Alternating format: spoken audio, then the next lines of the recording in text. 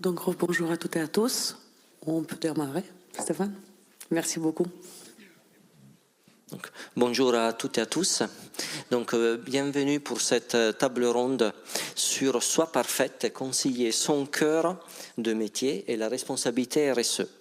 Pour ça, on a plusieurs invités qui vont parler de positionnement et positions différentes. C'est pour ça que, pour que tout le monde puisse le connaître, je vais donner tout de suite la parole pour que chaque personne puisse se présenter brièvement et après on va démarrer notre conversation.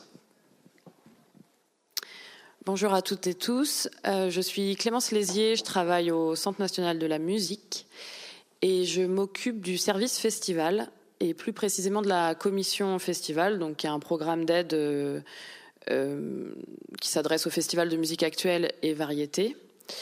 Donc voilà, je représente une certaine catégorie de festivals. Et par ailleurs, on est aussi un service en lien avec notre service des études, et on gère aussi une étude sur l'économie des festivals qui est publiée tous les ans. Voilà. Bonjour, Aurélia Nedou, je suis directrice du SMA, le syndicat des musiques actuelles. Donc on regroupe 600 structures adhérentes et sur ces 600, environ un quart de festivals pour ce qui nous concerne aujourd'hui. Merci, bonjour. Je suis Mickaël Dian, je m'occupe de l'espace culturel de Chailleul, dans les Hautes-Alpes. On est au départ une association de concerts et on est devenu en 2017-18 une scène conventionnée d'intérêt national, art en territoire. On s'occupe essentiellement de musique de création, des musiques d'aujourd'hui, jazz de création, musique issue des oralités traditionnelles et des nouvelles musiques du monde, et musique contemporaine. Donc on a une définition assez ample de la notion. Et on a cette deuxième spécificité d'être extensivement itinérant depuis presque 30 ans et d'avoir vraiment fait le choix, revendiqué puis défendu de n'avoir aucun équipement en gestion et on est très heureux de ça. Voilà. Bonjour tout le monde, Claire Fournier pour le Festival des Nuits de Fourvière à Lyon. Je suis chargée d'administration pour l'équipe technique, donc en gros c'est RH, et chargée de prévention des risques professionnels. J'en profite pour dire un petit mot, pour dire merci à Alexandra et Chloé d'avoir organisé ce temps ensemble. Malgré la morosité, ça fait du bien de se retrouver. Merci, bonjour à tous. Guillaume Villemot du ministère de la Culture, la Direction générale de la création artistique. Je travaille à la délégation à l'emploi, qui a donc dans son périmètre la responsabilité des politiques de l'emploi, du dialogue social, et également de quelques réglementations techniques qui s'appliquent au secteur.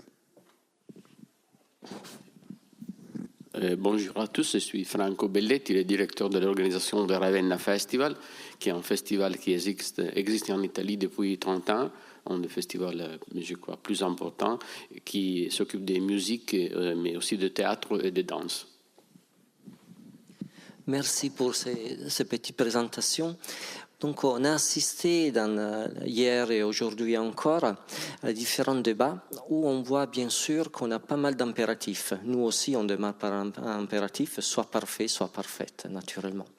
Et on voit qu'on a un impératif bien sûr écologique, un impératif économique, parce que malgré tout, il faut que les festivals ne soient pas en déficit. On a des impératifs managériaux aussi qui s'imposent. Mais quelle est un peu la situation qu'on vit sur le terrain, dans la réalité ? Et aussi par rapport à d'autres structures. On a le SMA, on a le ministère. Quels sont les points de vue? Est-ce qu'ils peuvent se concilier? Parce qu'on sait qu'on a des points de vue différents. On est dans une époque où on a beaucoup de conditionnalités qu'on impose et on a une époque aussi où on a les besoins de travailler, de faire en sorte que les festivals soient vraiment un lieu de découverte, on l'a vu, d'urgence et en même temps un lieu de rencontre. Par rapport au SMA, je ne sais pas, est-ce que vous pouvez donner un peu votre regard? En effet, on a publié à la fin de la saison des festivals 2024, la saison d'été des festivals, quelques données issues de ce qu'on avait pu constater au niveau de nos adhérents. Et puis on a aussi participé à une enquête qui a été copilotée par le CNM et puis par le ministère de la Culture sur cette saison 2024. Et pour poser un peu ce contexte avant de dérouler, de dire qu'il est quand même très, très morose, très pessimiste. En effet, donc parmi les à peu près 180 festivals qu'on peut représenter au SMA, la moitié de ceux-ci présentent une édition 2024 qui est déficitaire. avec un montant moyen de déficit qui est de l'ordre de 75 000 €. Donc c'est pas rien du tout, surtout qu'on avait déjà tiré des chiffres de l'édition 2023 qui étaient déjà dans cette tendance baissière, pas à ce point-là, mais donc ça veut dire que ce sont aussi des déficits cumulés. Et puis de noter, ça c'est un chiffre qui remonte aussi de l'enquête plus globale CNM et ministère, que près de la moitié des festivals qui remplissent à plus de 90% sont néanmoins déficitaires en 2024. Donc ce qui pose quand même beaucoup de questions. Le public est là, ça fonctionne, mais on n'arrive plus à équilibrer. Donc ça pose quand même la question d'un effet ciseau. Et puis, dans les chiffres qu'on retient de notre enquête, on note que 14% des adhérents ne sont pas certains de la tenue d'une prochaine édition, donc ce qui pose aussi la question de l'avenir du modèle festivalier. Tout ça s'explique évidemment. D'abord, il y a certes une fréquentation qui est plutôt bonne, mais il y a une inflation généralisée qui est extrêmement forte. Je crois qu'on l'a toutes et tous en tête depuis la sortie de crise Covid. Sur les dépenses artistiques, on en parle beaucoup. C'est très fort dans le secteur des musiques actuelles, avec une explosion des cachets artistiques depuis plusieurs années. Le corollaire de ça aussi, c'est l'explosion des dépenses techniques, avec des scénographies qui peuvent être très conséquentes et donc coûteuses. Une explosion aussi des coûts de sécurité. Et puis, en plus de ça aussi, des difficultés à s'assurer qui sont de plus en plus fortes. Et on constate aussi, du côté des publics, des changements d'habitude. Alors, est-ce que c'est une tendance de fond ? Est-ce que c'est un effet 23-24, mais qui ne va pas forcément s'installer dans la durée ? C'est quelque chose qu'il va falloir vérifier, avec peut-être un public qui a plus tendance à aller se diriger vers des grandes enceintes, des stades, des arénas, qui veut profiter d'un artiste unique, de sa scénographie dans la durée, plutôt que d'assister à plusieurs sets pendant tout un week-end, mais aussi profiter de cette diversité et de pouvoir être surpris, de pouvoir découvrir des choses. Est-ce qu'il y a moins d'envie, de curiosité ? C'est quelque chose aussi qui nous questionne. Pour l'instant, on constate des choses. Il va falloir analyser en profondeur un peu ces tendances d'une manière plus qualitative et plus sociologique. Dans ce qu'on constate au niveau du contexte aussi, des aléas climatiques qui sont de plus en plus forts, avec parfois des obligations d'annuler tout ou partie de la manifestation, parce que des canicules extrêmes ou des épisodes orageux très intenses. On constate aussi dans tout ce qui participe de ce contexte une réglementation qui est complexe à mettre en œuvre et qui est coûteuse. J'ai envie de parler de la législation sonore sur laquelle on travaille notamment avec le ministère de la Culture pour essayer de trouver des solutions dans le cadre de notre association et qui nous relie toutes et tous les professionnels Agissons. L'objectif, c'est de dire que voilà, cette réglementation qui s'applique aujourd'hui n'est pas concrètement réaliste, ça ne fonctionne pas. Avec le matériel technique qu'on a à notre disposition, avec les conditions météorologiques, etc., ça ne marche pas. Donc l'objectif, c'est d'arriver à trouver une législation qui soit conforme aux usages. Et puis, je voudrais dire deux mots aussi sur la circulaire Collomb. Et évidemment, le climat politique de 2024 n'a quand même pas amélioré les choses avec la mise en place de législatives au mois de juillet, au tout début de l'été. Forcément, ça a aussi créé de l'indisponibilité mentale de la part des publics. On a vu qu'au moment où la dissolution a été annoncée, ça a gelé pendant au moins une semaine toutes les billetteries des festivals. Donc voilà, c'était un peu pour le contexte qui effectivement est extrêmement complexe. Et puis après, je pourrais revenir justement sur les effets et ce qu'on constate concrètement du côté des festivals, si vous le voulez. Oui, merci. Est-ce que quelqu'un veut rebondir au niveau du ministère CMN ? Oui, merci. Je peux dire deux mots. Merci Aurélie. Le constat, il est, je pense, partagé. On l'a vu hier. Peut-être, non pas pour mettre les pieds dans le plat, mais les questions, elles se posent de concilier en fait ces objectifs et puis le métier, l'objectif même des festivals. Enfin, c'est le titre qui a été choisi.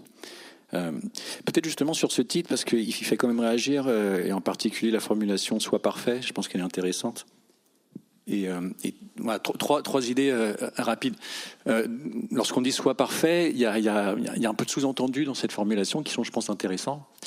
Il y a le fait que soit parfait, ce serait une injonction extérieure qui serait demandée par un tiers au festival. Et je pense que ça, c'est intéressant à questionner. Je pense notamment à des interventions qui ont lieu hier, notamment à ce qu'a dit Marie-Pia Bureau. Alors je ne veux pas déformer ses propos, mais je pense qu'elle a dit que ce qui est important peut-être aujourd'hui plus que jamais, c'est de réfléchir à ce qu'on veut porter dans un festival, non seulement en proposition artistique, mais en projet de société.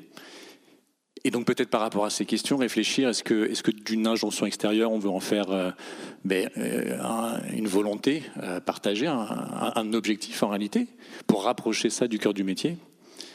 Je pense aussi à ce qu'a dit Thierry Teboul sur la table ronde sur le management, qui est intéressant, en disant il faut peut-être faire attention sur la question de la désirabilité de nos métiers et de ne pas risquer de devenir indésirable parce qu'on est en décalage en réalité avec certaines évolutions et attentes de la société et des publics. Voilà sur le premier point, sur le sous-entendu d'injonction extérieure, qui je pense est intéressant. Peut-être deuxième sous-entendu de soi parfait, il peut y avoir l'idée derrière qu'il faut tout faire parfaitement, que tout doit être au même niveau. Et là aussi, je pense qu'il faut peut-être un peu nuancer. Il y a des choses, bien sûr, sur lesquelles il n'est pas possible de transiger. Certaines obligations qui sont des obligations réglementaires, légales. Application du Code du travail, protection des salariés, protection du public, santé auditive, lorsqu'on parle de décressons.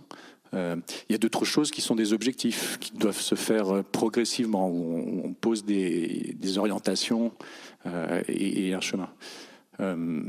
Donc voilà, faire les choses un peu progressivement. Et puis troisième peut-être sous-entendu de soi parfait. C'est de l'impératif, c'est un ordre. Il y a, je pense, une dimension de dialogue et de concertation en réalité à instaurer sur ces questions pour discuter déjà entre nous au sein du secteur, administration, professionnels, réseau, et puis pour ensuite dialoguer avec les autres parties prenantes, parce qu'on touche, ça ne vous l'a pas échappé, à des réglementations qui sont pas décidées par le ministère de la Culture tout seul, mais qui sont interministérielles, parce que ça touche à des questions de santé, de protection de l'environnement, de sécurité. Et donc il faut instaurer un dialogue interministériel. Et je vais lâcher le micro, mais l'idée qu'on défend beaucoup là où on est, parce que c'est notre cœur de métier dans notre délégation, c'est le dialogue social, et d'essayer justement de créer des espaces dans lesquels on construit, tu as évoqué Agisson, Aurélie, dans lesquels on construit une position qui peut être une position du secteur portée par l'administration et qui devient d'un coup plus audible en interministériel, qui permet de gagner des arbitrages parce qu'elle démontre les spécificités de profession et de secteur, et qui permet peut-être de mettre un petit peu de souplesse et de faciliter la mise en œuvre de réglementations qui sont en effet complexes. Voilà, j'ai déjà beaucoup parlé. Merci. Au niveau du CMN, je ne sais pas si vous avez un point de vue. Oui, il y a déjà beaucoup de choses qui ont été dites. Pour compléter Aurélie et Guillaume, alors le constat est partagé. Je ne vais pas revenir sur les chiffres économiques. On est quand même du côté des musiques actuelles plutôt inquiet sur le modèle économique des festivals. Pour rebondir sur ce que disait Guillaume, quand on parle de cœur de métier, donc qui est dans le titre de cette conférence, le cœur de métier n'est pas le même pour chaque festival. Il y a des festivals où les questions de RSE sont intégrées dans leur ADN et dans leur projet de faire société. Et il y a des festivals qui sont plutôt sur une production de spectacles plutôt basique, et pour autant on les appelle quand même festivals. Donc en fait, quand on parle de cœur de métier, déjà on parle je pense de plusieurs variables qu'il faut prendre en compte.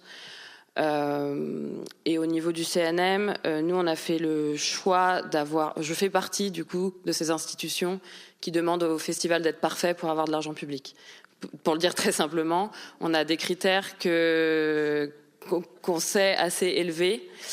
L'idée, nous, c'est vraiment d'encourager, d'inciter sur les différents piliers de la RSE. On a vraiment un programme qui est construit, qui est assez global. En fait, on va vraiment analyser le festival et par son modèle économique mais aussi sur son impact public, sur sa programmation, sur la composition de sa programmation, sur la part d'émergence, sur la part de femmes, de minorités de genre. Donc vraiment, c'est une analyse qui est très globale, parce que notre parti pris côté CNM, c'est qu'on ne peut pas analyser un festival et son impact RSE bout par bout. Voilà, on ne va pas que regarder son impact son impact environnemental, on ne va pas regarder le plan de prévention des risques en milieu festif, on va vraiment regarder le global parce que tout est interdépendant.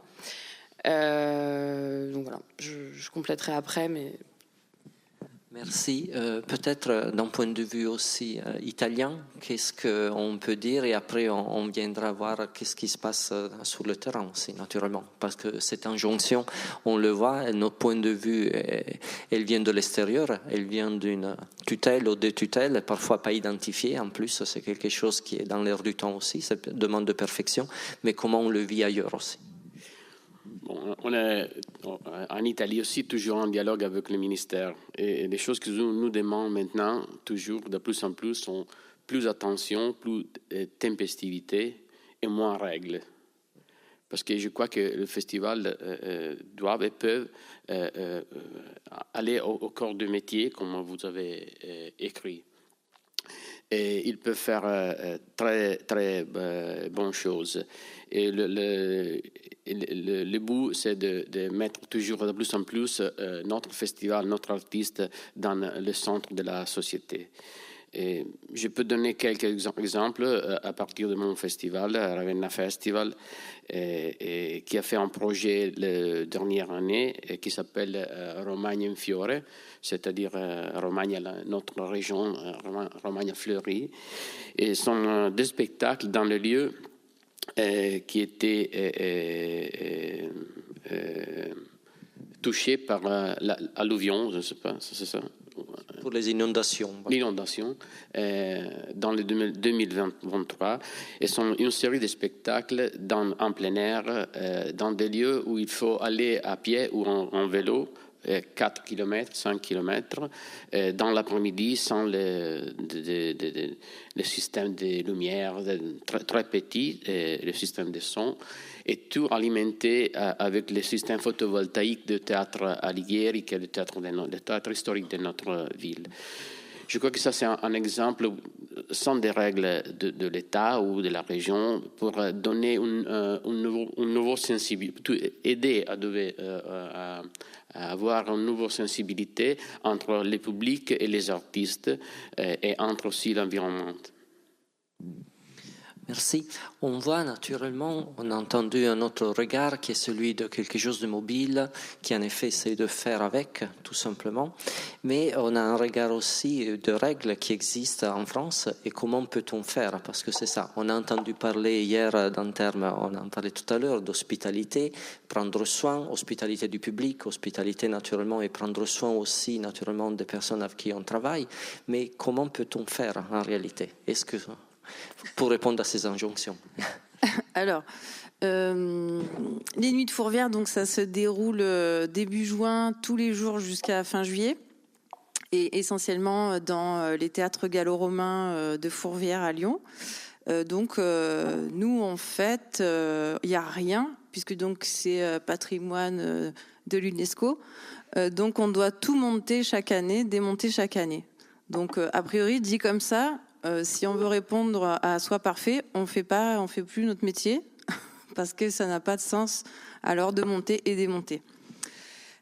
Après, par rapport au discours qu'on a eu avant des différentes tutelles, la difficulté, en fait, c'est comment pas s'inscrire dans du greenwashing, du RSE washing, et qu'est-ce qu'on fait vraiment, en fait. Voilà. Donc, on n'a pas forcément tous le même cœur de métier, c'est-à-dire que nos festivals sont différents.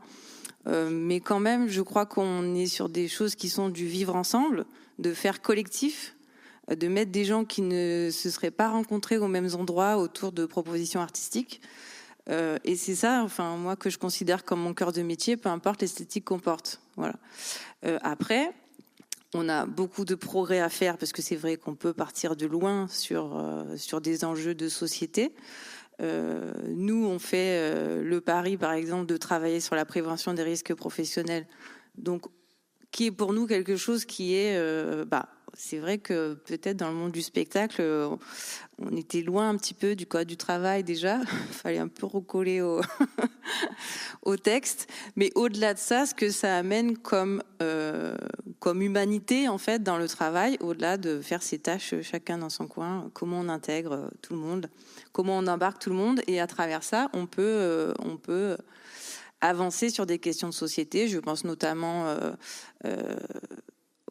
toutes les formations qu'on peut faire sur les luttes contre les violences, harcèlement sexistes et sexuels, que nous on propose, qui sont entièrement, je ne sais pas s'il y a des gens de l'AFDAS, qui sont entièrement prises en charge par l'AFDAS, sans plafond, sans qu'on ait des droits, sans que ça touche l'argent qu'on aurait mis dans nos versements volontaires.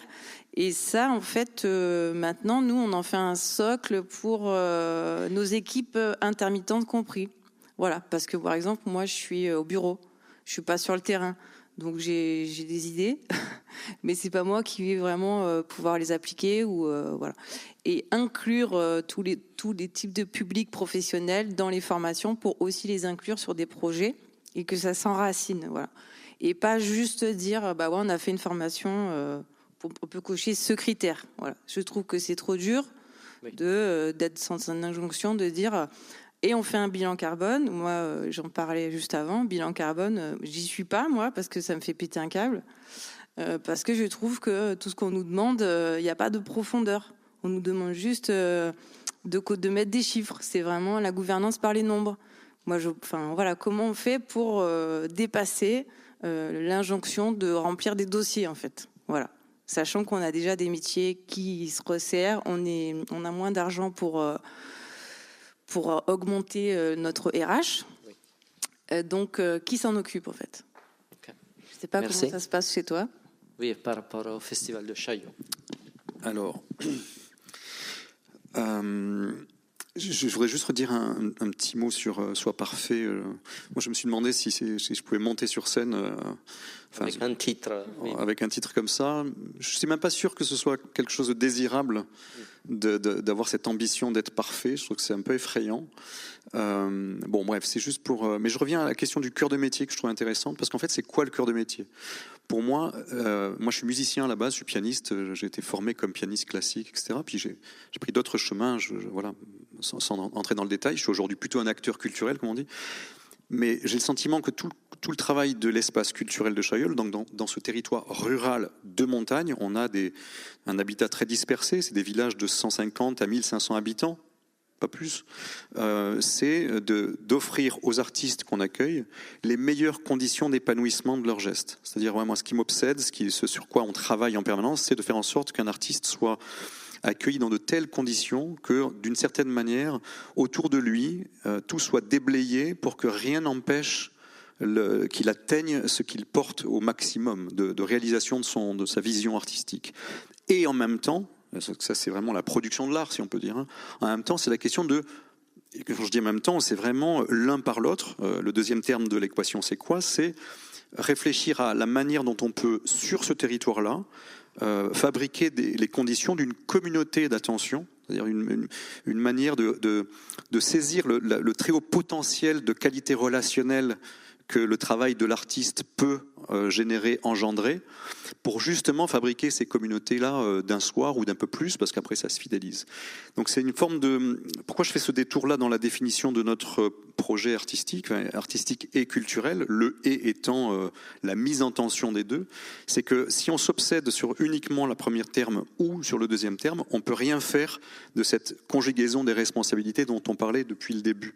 Et donc on arrive à segmenter en disant, alors j'ai le bilan carbone d'un côté, les RH de l'autre, la production de la création de là, puis mon accueil public. On a totalement atomisé la dimension très organique que doit avoir un événement quand il est vraiment inscrit dans son territoire et dans un rapport, j'allais dire presque sain,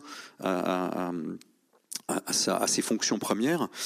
D'une certaine manière, et après je pourrais donner quelques exemples très très concrets, mais quand on cherche à appréhender la performance, parce que on parle beaucoup de ça, hein, les indicateurs chiffrés, machin, etc. C'est mesurer la performance. Moi, j'ai l'impression que c'est un peu comme évaluer la santé de l'événement. C'est-à-dire, est-ce que quand on réfléchit à sa propre santé, bien sûr, on peut avoir des indicateurs, ma pression sanguine, mon truc cardiaque, j'ai des bonnes analyses, etc. Mais des fois, on se sent pas bien, même si tous ces indicateurs vont bien. Donc c'est qu'il y a quelque chose d'autre qui est en jeu, qui est une manière d'être au monde. Et je pense qu'on peut s'interroger en tant que porteur d'un projet, mais à tous les endroits, c'est-à-dire les bénévoles, la gouvernance, l'équipe salariée, le CA, etc., les artistes, les partenaires du territoire, sur est-ce qu'on se sent en bonne forme quand on fait ça, est-ce qu'on est heureux de faire ça, est-ce qu'il y a de la joie d'une certaine manière. Et je pense que ça, pour moi, c'est ça qui guide un peu Après, on peut zoomer sur la question de la gouvernance, la question du rapport aux partenaires, la question de comment on accueille les artistes. On a parlé de l'hospitalité avec ce terme qui est peut-être un peu à questionner. Bon, voilà. Donc, pour une première prise de parole sur ce sujet-là, moi je suis un peu gêné quand on aborde la question, et c'est ce que tu as dit Clémence, hein, c'est totalement interdépendant. Ces choses-là sont interdépendantes. Il faut à la fois les traiter en tant que telles, mais avec la conscience que chaque chose a une incidence immédiate, globale sur le reste de l'organisation, de l'organisme vivant qui est un festival dans son environnement. Merci. Et en effet, de cette tension, on voit qu'elle est hyper importante. Est-ce qu'au niveau des syndicats, au niveau SEMEN et de l'État, comment on peut prendre en considération ce besoin, bien sûr, d'avoir quelque chose de systémique, pas seulement agir sur un indicateur qui est séparé de l'autre, pas oublier qu'en effet, il y a le cœur de métier aussi, ou une passion, parce qu'en effet, ça sert à donner une joie aussi le festival, à faire en sorte que l'expression artistique soit toujours numéro 1. Dans nos indicateurs, il faut que ça dépasse au moins le 60%. Et comment peut-on y répondre ? Je ne sais pas, c'est vraiment...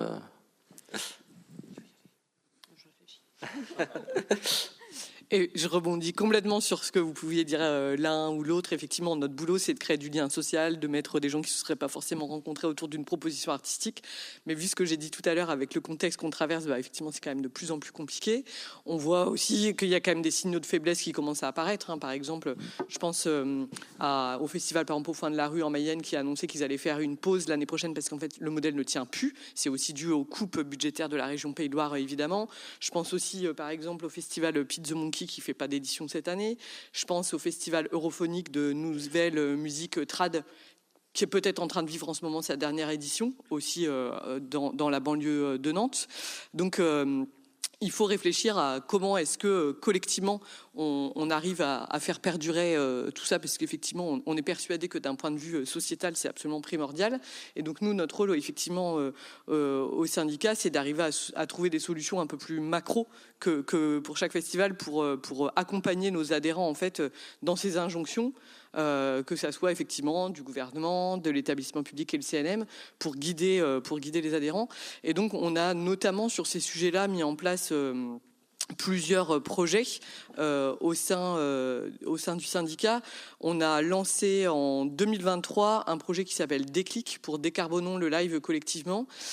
Et en fait, quand on a répondu à cet appel à projet de France 2030, on sortait tout juste du Covid. On devait être en décembre 21, je crois, quand on a déposé le projet.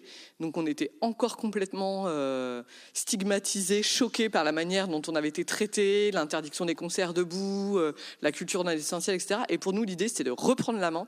Et surtout, on voyait le truc arriver avec ces histoires de transition éco, et qu'à un moment donné, on allait nous imposer à tous de faire des bilans carbone, et que ça allait nous coûter énormément d'argent, que ça allait nous coûter beaucoup de temps et que c'était sans doute pas indispensable. Et donc ce qu'on s'est dit, c'est qu'on allait proposer un projet, on va dire par échantillonnage. Et donc en fait le projet de Déclic, il y a un échantillon de 18 structures plus un comité technique avec aussi des structures qui sont déjà assez avancées dans la profession, comme les transmusicales, comme le Cabaret Vert, comme l'aéronef, par exemple à Lille, qui vont pouvoir aussi guider cet échantillon de 18 structures. Dedans, il y a 6 festivals. Il y a des festivals qui sont plus sur un ancrage très territorial et d'autres plus à visée nationale. Il va y avoir des festivals comme le Festival de la Paille dans le Jura en milieu très rural, les Éclectiques en Pays de Loire, les Suds plutôt sur les musiques du monde, les Nuits secrètes ici dans le Nord, le Bon Air à Marseille, ou le festival de Thau, qui est déjà assez avancé dans ces problématiques-là.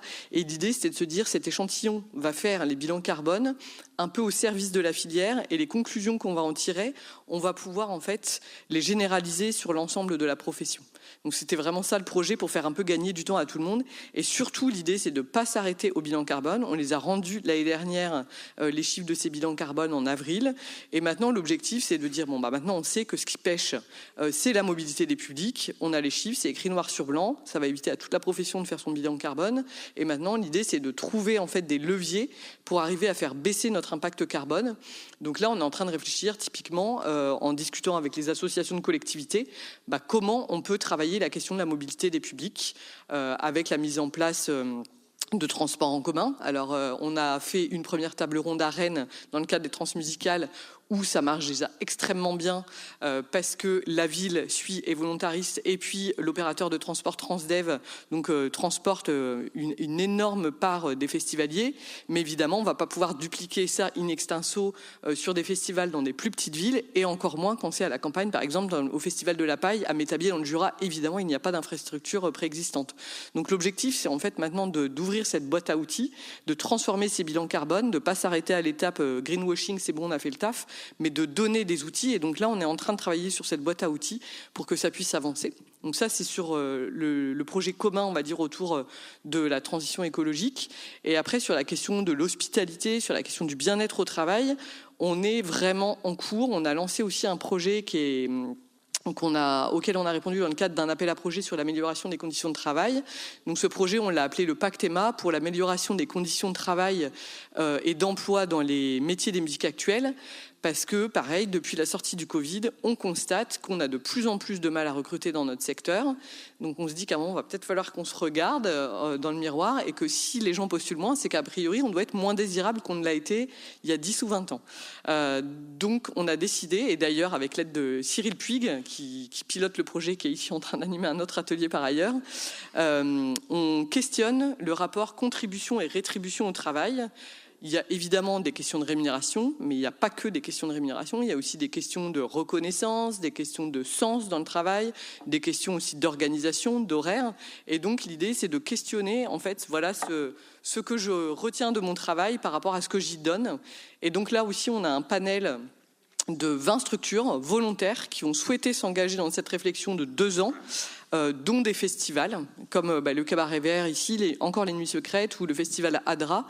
Et donc l'idée, au terme de ce travail de 2 ans de réflexion, c'est de pouvoir ouvrir une boîte à outils qui va être accessible à toutes et tous, dans le sens où ce sont des projets qui ont été financés par de l'argent public. Les conclusions qu'on va en tirer, l'idée, c'est de pouvoir les mettre à disposition de toutes et tous pour pouvoir travailler justement sur ces questions d'attractivité. Et puis le dernier projet sur lequel on travaille aussi pour essayer de faire avancer le secteur globalement et puis faire gagner du temps à tout le monde, c'est une campagne qu'on a mise en place il y a quelques temps, qui s'appelle « Vous n'êtes pas là par hasard ».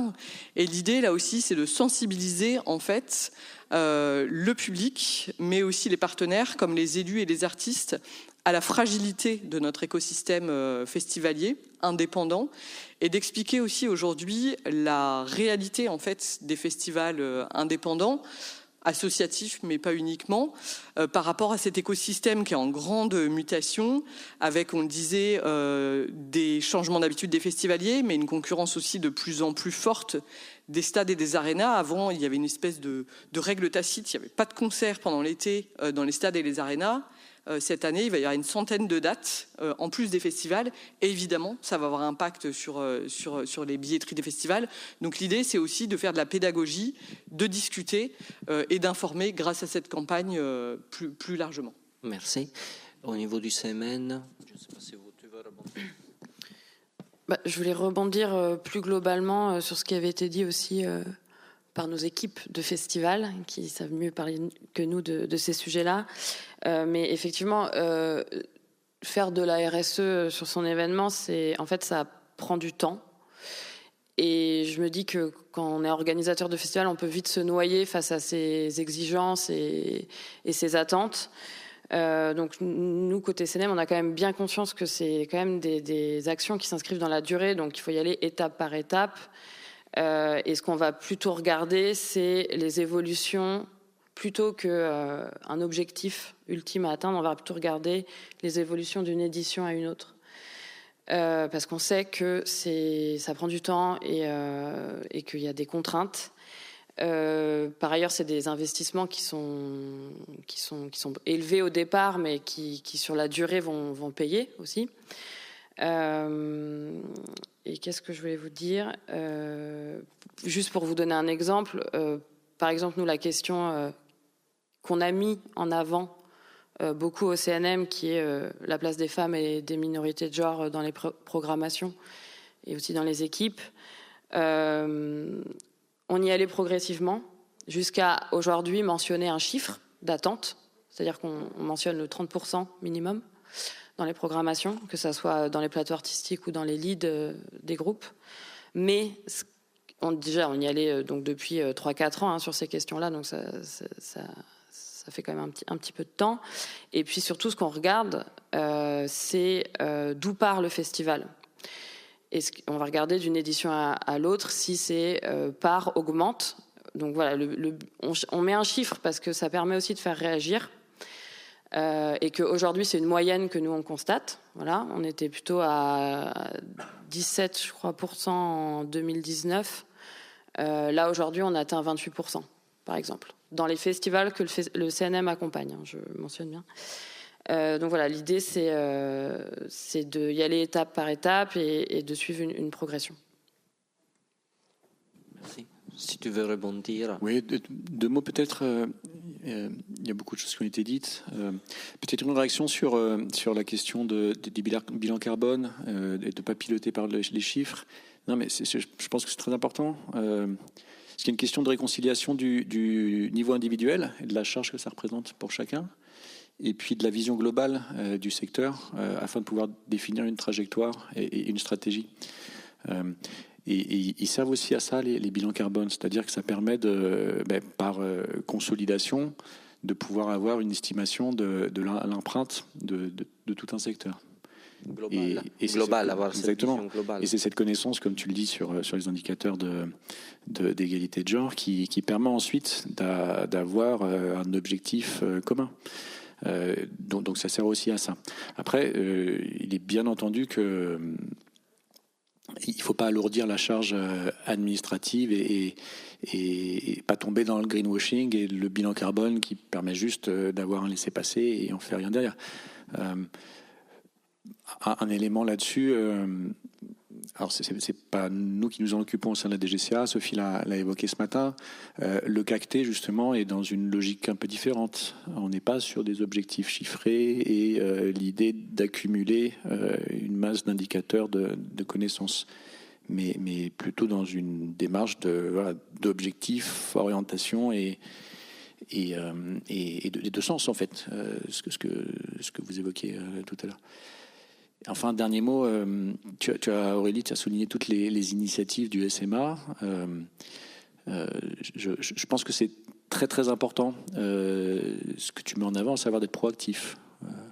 On a beaucoup le SMA, nous, à la DGCA, parce que vous portez des initiatives et justement de répondre à des appels à projets qui existent et qui permettent de construire des expérimentations qui vont ensuite être diffusées et qui en réalité sont importants parce que, comme tu dis, toutes les choses sont liées. Lorsqu'on travaille sur l'attractivité des métiers, et pour être attractif aujourd'hui, il faut avoir une politique RSE. C'est assez évident. Sans politique RSE, on n'attire plus personne.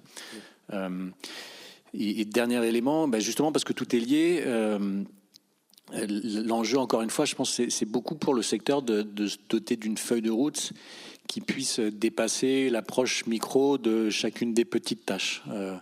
Alors, c'est quelque chose qu'on a essayé de porter justement dans notre instance de dialogue social, qui est le Conseil national des professions du spectacle, dans lequel on a entamé un travail partenarial avec employeurs, salariés, avec les différentes administrations qui sont compétentes sur les questions de transition écologique pour se doter déjà d'un diagnostic partagé qui fasse consensus. Et rien que ça, c'est pas facile. Et puis ensuite, un certain nombre de préconisations qui puissent engager les différentes parties prenantes pour les années à venir. Et on voit, en fait, on est arrivé au bout du travail, on va bientôt pouvoir le communiquer.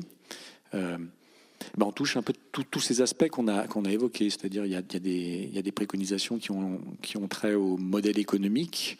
Il faut approfondir la question de l'observation, de la connaissance, de la prospective, avoir une réflexion sur la conciliation, les moyens qu'on peut mettre en œuvre. Il y a un volet formation très important, et puis un volet conditions de travail. Et les acteurs sont complémentaires à chacun de ces endroits, entre partenaires sociaux, employeurs, administration. Merci. On voulait faire regarder au niveau des festivals comment vous voyez, parce qu'on voit très bien ces injonctions, on voit très bien cette initiative et ces expérimentations, mais on a parlé aussi, et je vous ai senti un peu une petite tension quand on parle aussi de performance, mais aussi économique, parce que finalement tout ça, ces expérimentations, il faut pouvoir les supporter. Il faut au niveau du personnel, au niveau des ressources tout simplement. Et donc voir un peu votre regard et après conclure cette première partie avec le regard un peu italien aussi de l'extérieur, parce que c'est important, parce que d'un pays à l'autre, on disait on veut avoir un regard commun, bien sûr, pas seulement au niveau des festivals, mais ça serait bien au niveau européen, voire mondial, mais est-ce que juste à côté, ça se passe comme ça? Voilà. Vas-y. Moi, je me sens pas hyper tendue. Non. Ça va. Oui, c'est vrai que j'ai fait un petit ras-le-bol sur le bilan carbone et tout, mais c'est-à-dire c'est une accumulation. Comme l'a rappelé Aurélie, nous, si on respecte la réglementation sonore, pareil, on ne joue pas. Donc en fait, il faut qu'on gère la réglementation sonore, il faut qu'on gère la politique RSE, il faut qu'on... Voilà, tatati, tatata. Donc très bien, on a de la chance... Et j'en ai conscience, et toute l'équipe en a conscience, d'être un festival qui a des reins encore solides. Et donc, on est aussi dans des projets mutualisés, parce que c'est notre responsabilité de festival un peu gros d'emporter aussi d'autres pour les amener sur des sujets auxquels ils n'auraient pas le temps de réfléchir.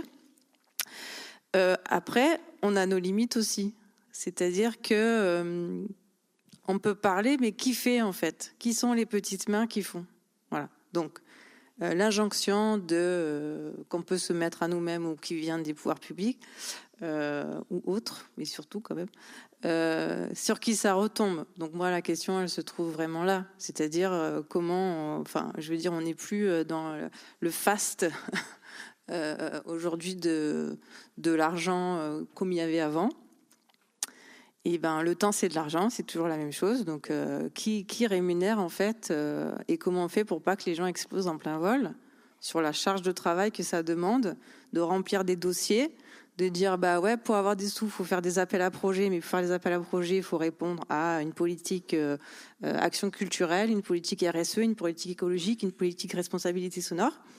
Et donc ça, il faut déjà le penser, le mettre en application et après faire un beau bilan. On ne sait même pas s'il sera lu.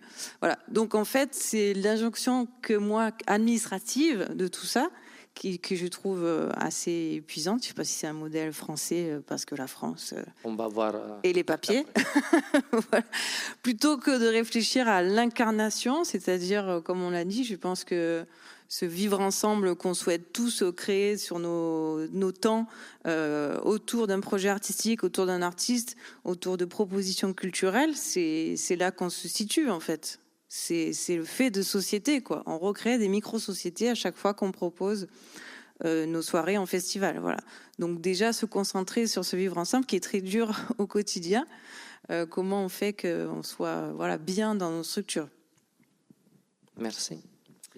Oui, merci beaucoup. Je voudrais reprendre un tout petit peu ma casquette de France Festival, parce que je suis aussi au conseil d'administration, pour rappeler le fait que France Festival, d'ailleurs, s'appuie beaucoup sur les études qui ont été présentées en synthèse un peu par Emmanuel Négrier, sur la diversité, sur l'extraordinaire hétérogénéité du fait festivalier. D'ailleurs, peut-être plus la fédération du fait festivalier que la fédération des festivals comme secteur. Je suis assez d'accord avec la prudence d'Emmanuel Aigri à qualifier les festivals comme secteur. Et donc, il a abouti, lui, avec son travail, à déterminer des catégories de festivals. Pourquoi je fais ce détour-là? C'est parce que je pense que la question autour de laquelle on tourne là, le ministère, la puissance publique, ses opérateurs, c'est la question de l'évaluation. En fait, comment on mesure et des trajectoires, et des étapes, et des progressions, etc. Et justement, je trouve qu'il y a un petit angle mort, c'est qu'on oublie que l'immense majorité des festivals sont des festivals qui sont l'équivalent des TPE, en fait, pour le tissu productif français. Et c'est pas uniquement des très grandes entreprises de plus de 50 salariés, c'est des toutes petites choses qui ont une vitalité, une agilité, etc. C'est l'essentiel du tissu festivalier français. Hein. Et donc, l'établissement de critères, et c'est sans doute très très utile, hein, le fait de modéliser des choses à des hauteurs de festivals très structurants, de musique actuelle, avec plusieurs milliers de personnes, etc. Mais l'idée qu'on puisse faire redescendre ça parce qu'on a travaillé en amont, et du coup, c'est un peu ce que fait aussi le ministère, et je donnerai un peu le contre-exemple aussi, sur le reste des festivals, me paraît être un cul-de-sac, en fait, quelque chose de pas du tout opératoire. Et je voudrais préciser juste un élément là-dessus. Vous avez parlé du cacté au ministère de la Culture. Nous, on s'est positionné comme festival, la DRAC plutôt nous a demandé d'être un peu expérimentateur du cacté, donc ça s'appelle Transition en région, c'est co-organisé avec la région Sud et la DRAC. On a rempli effectivement ces 300 questions avec 10 thématiques. Le tableau est très bien fait, un peu impressionnant au début. On a décidé de faire ça en équipe, c'est-à-dire vraiment de prendre une journée de travail comme une journée de séminaire. On a tout listé, on a essayé de répondre collectivement à ces questions-là.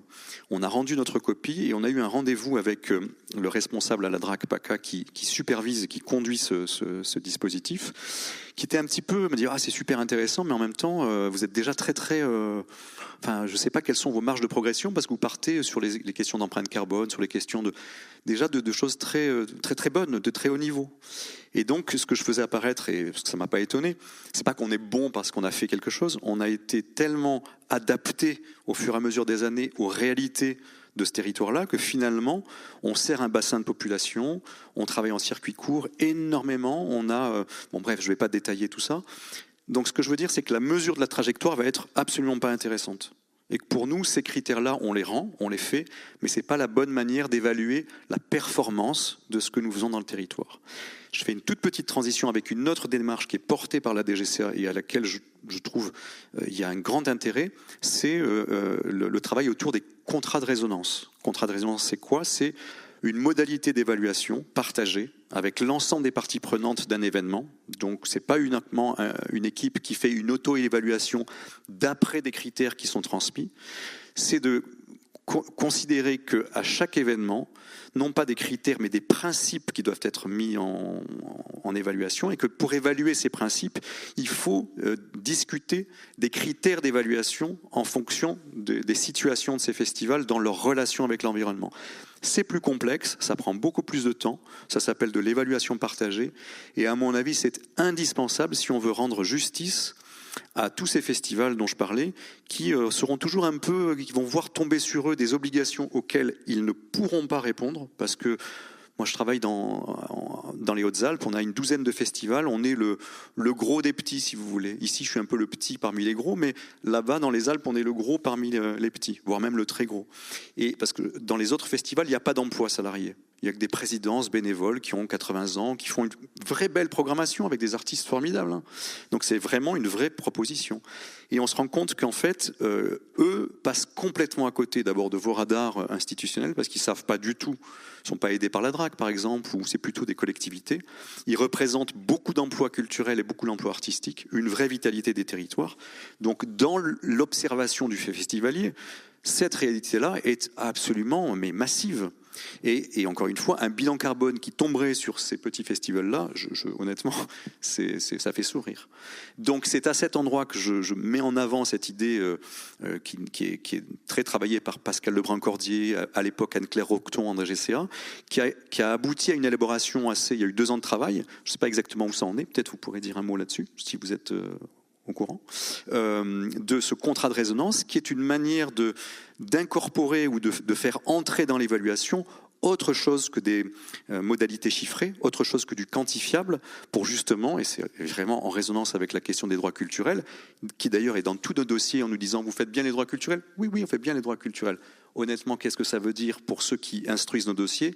Je ne sais pas, mais en tout cas, les modalités d'évaluation pour mesurer cette qualité relationnelle d'un événement avec l'ensemble de ses parties prenantes ne peut pas se faire avec quelque chose comme le CACT, qu'on a rempli avec beaucoup de sérieux et qui nous dit des choses, mais qui est très insuffisante pour avoir une vision du secteur avec toutes les guillemets qu'on peut mettre. Voilà.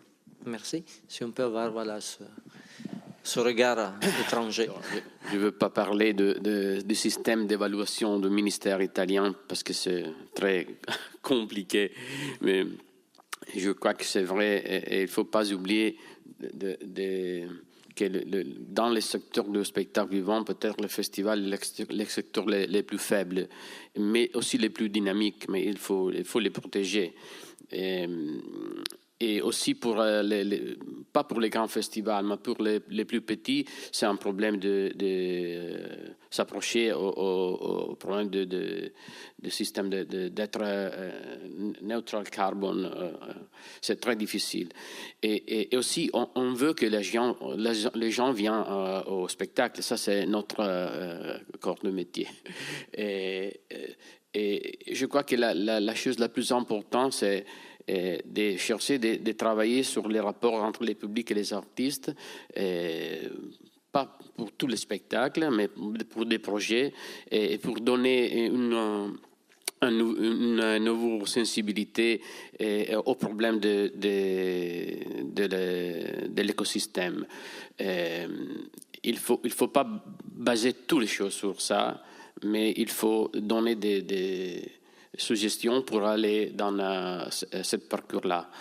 Et pour les plus petits, je suis aussi dans Italia Festival, qui est une association comme France Festival en Italie. On a cherché de donner pour les plus petits la chance d'avoir des certifications dans le secteur ambiental pour former les personnels et pour donner la liste des bonnes pratiques, de best practices, pour être en ligne avec une nouvelle sensibilité. Mais c'est difficile, on est un secteur très petit et on ne peut pas sauver les planètes avec les festivals carbone neutre. Merci. Vous parlez justement de quelque chose qui me semble un peu, je ne dis pas le grand oublié parce qu'on a commencé à en parler, mais c'est un peu le public. Est-ce qu'on sait ce que le public attend? Parce qu'on voit toujours ces critères, ces initiatives qui tombent d'en haut, mais on est aussi dans une société, on fait le festival aussi pour quelqu'un. Au-delà, est-ce qu'on sait s'il y a des attentes du public à ce niveau-là? Est-ce que vous le sentez au niveau des impacts? Voilà. Moi, je vais redire la même chose que ce que j'ai dit sur les festivals. Je ne sais pas ce que c'est que le public, vraiment. C'est-à-dire que tous les soirs se sécrète une communauté qui décide d'être là. Et donc, au Festival de Chaillol, ce soir-là, on a ce public-là qui est très spécifique, qui est constitué, qui est composé de tout un ensemble de motivations. Mais j'imagine que c'est pas du tout les mêmes publics que je vais trouver aux Nuits de Fourvière ou dans un festival de musique actuelle en Arena ou ailleurs. Donc la question de quelles sont les motivations du public, c'est une question, à mon avis, on ne pourra jamais répondre à cette question.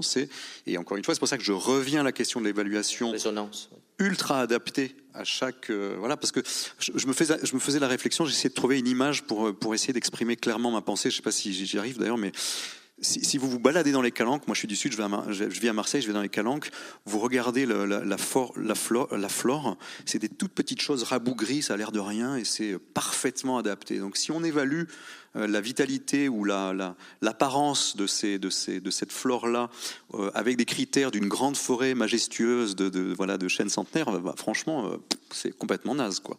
Si on s'approche de la chose et on comprend l'adaptation parfaite, la perfection de l'adaptation de cette espèce-là à cet environnement, à ce biotope-là, ça, c'est incroyable.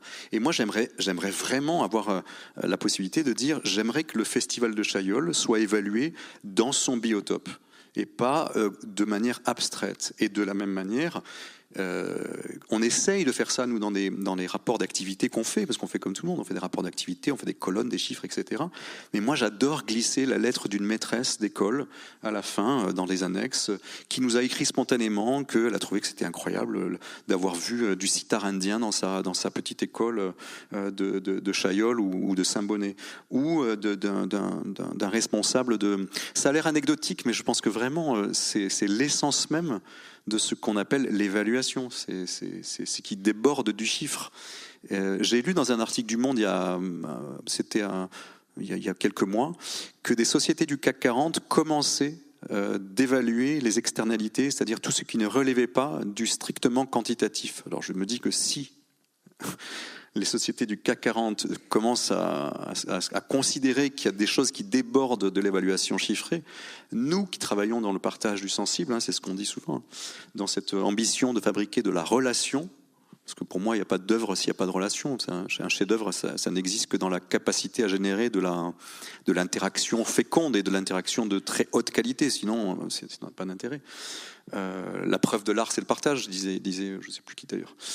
Donc la question de qu'est-ce qui déborde du chiffre, franchement, c'est ça qu'il faut arriver à documenter, à incarner, et donc trouver des modalités d'évaluation qui ne soient pas surplombantes, qui peuvent se discuter avec la région, avec la communauté de communes, avec l'école, avec le centre de loisirs, avec l'EHPAD, avec les artistes, avec les bénévoles, avec le ministère. C'est pas une incantation délirante. Les méthodologies pour ça existe. Ça demande plus de temps et ça demande à revoir une position théorique, même une position philosophique, qui est de dire l'évaluation se fait toujours de l'extérieur parce qu'elle a prétention à être objective. Ça n'a aucun sens. Celui qui observe est déjà la manière d'observer influe sur l'objet observé, et tous les scientifiques le savent. Heisenberg. Voilà. C'est un peu ce que je veux dire. Tout à fait. Et au niveau, on parlait aussi au niveau de tutelle des syndicats, du CMN, par contre de la conditionnalité. Donc on voit qu'on est un peu loin de ça ou pas. Est-ce qu'on y répond, on essaie d'y répondre par rapport à ce besoin du public? Ouais, moi je voulais rebondir sur par rapport à ta question sur le public et par rapport à quelque chose qui a été mentionné plus tôt dans cette table ronde. Je me souviens plus qui a dit ça, mais il a été mentionné que pour être attractif, il faut avoir une politique, une stratégie du RSE. Moi, je ne sais pas aujourd'hui si c'est vrai cette phrase. Je pense que c'est plus subtil que ça. Je pense que pour une partie du public, c'est important et ça peut les faire venir. Et une partie du public est sensibilisée, voire militante sur ces questions-là, et du coup va choisir de venir à tel événement parce que l'événement présente une stratégie RSE très très poussée. D'ailleurs, on voit plusieurs petits événements en musique actuelle qui sont apparus, je dirais, il y a 5 ans environ, où c'est des événements qui communiquent autant sur leur direction artistique que sur la proposition de type d'événements, c'est-à-dire avec des produits locaux, une programmation qui est très émergente, l'impact sur le territoire. Et c'est des festivals qui communiquent autant sur l'artistique, donc ce qui a priori fait venir le public en premier, mais aussi sur ce qu'ils proposent en tant qu'événement et société. Mais je pense qu'il y a aussi une grande partie du public qui vient en festival, mais qui ne vient pas en festival pour des questions de RSE. Par contre, là où le festival est super intéressant, et je trouve que ce secteur le fait de manière très bien par rapport à d'autres secteurs, c'est que ce sont des espaces qui promeuvent des pratiques vertueuses et du coup qui sensibilisent les publics à de la RSE. Mais après, la question de est-ce que avoir une politique RSE rend le festival plus attractif, je pense que c'est plus subtil que ça. Oui, effectivement, pardon, excuse-moi. Si on fait un festival pour le public, peut-être qu'on est à l'envers, non ? On fait un festival parce qu'on veut montrer des propositions artistiques et je reviens sur ce faire société. Veut dire. Voilà. Et du coup, bien sûr, prendre en considération l'accueil, l'état d'esprit faire en sorte que quand on soit reçu quelque part, on se sente en sécurité de pouvoir vivre en émotion, en partage, ce qui va nous être proposé sur scène. Pour moi, c'est le plus important. Donc après, effectivement, ça peut être teinté de plus ou moins de militantisme, d'écologie ou autre, mais enfin, en tout cas, à notre endroit, il y avait des choses sur lesquelles on était en retard. Donc effectivement, on a marché un peu à la carotte et au bâton, et après, c'est devenu quelque chose de plus évident. Par exemple, l'accessibilité, c'est sûr qu'on n'était quand même pas très bon et qu'il a fallu s'y mettre. Et après, une fois qu'on s'y est mis, ça nous paraît évident et on se trouve un petit peu bête de pas s'y être mis avant. Voilà. Par contre, voilà, faire en sorte que quand on se trouve même dans un théâtre, mais dans un festival, les gens qui sont ensemble dans la fosse ou dans les gradins ne se connaissent pas forcément, n'ont pas évidemment les mêmes idées politiques ou de société. Pourtant, ils sont là ensemble et nous, on doit leur offrir cet espace serein de vivre ensemble cette expérience. Et après, ce qu'ils en feront, on va pas non plus, on n'est pas Dieu, quoi. Merci. Ouais, deux réactions. Tout à l'heure, quand on parlait d'attractivité, moi, je me situais au niveau des salariés, à être attractif pour le recrutement.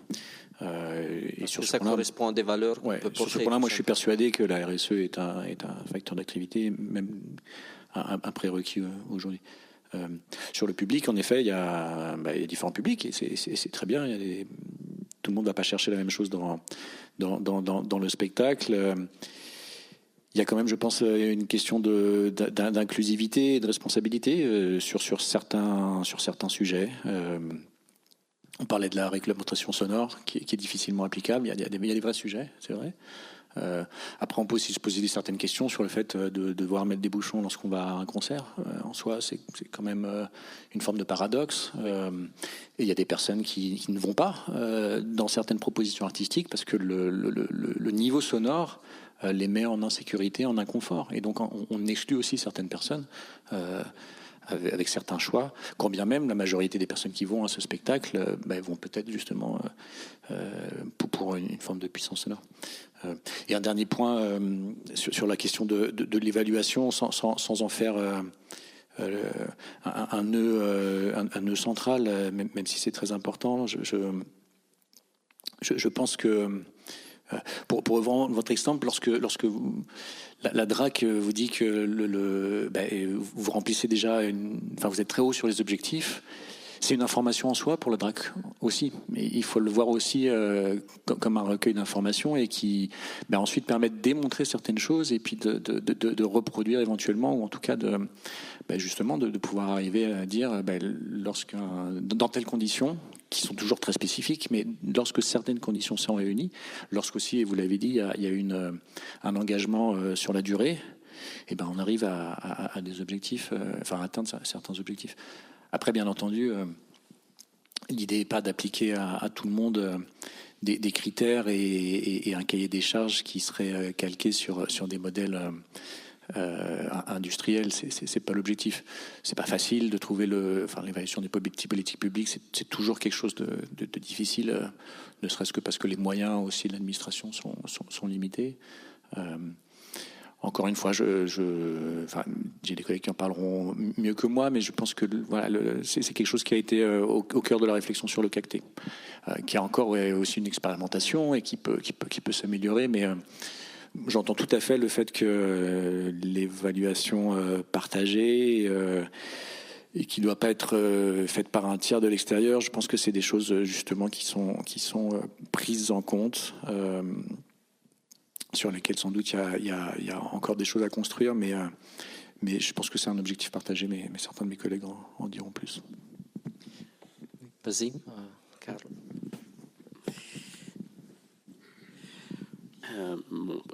Pour l'évaluation des projets en Italie, au niveau ministériel, il y a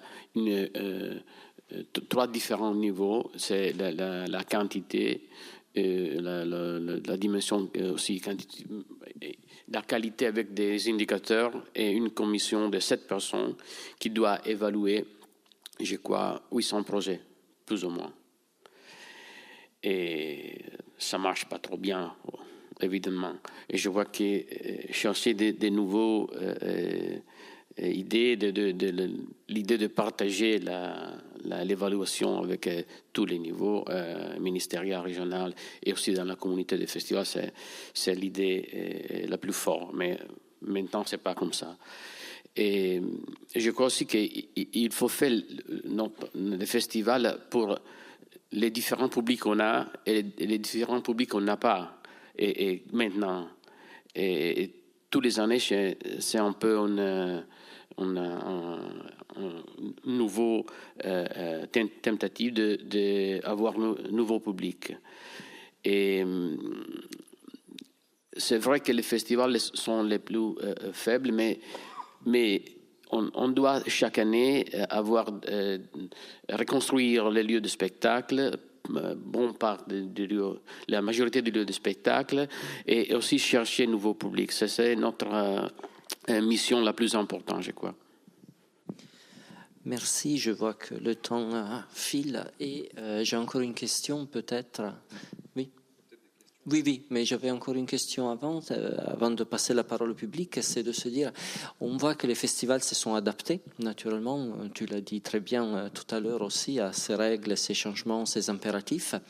Est-ce qu'on peut essayer d'imaginer quelle ambition, vers quoi on tend pour le futur? Est-ce qu'on peut dire que la mission principale reste, vu qu'on voit que la manière de la mettre en place change, avec des contraintes bien sûr, mais est-ce que l'ambition est toujours la même, partagée pour demain?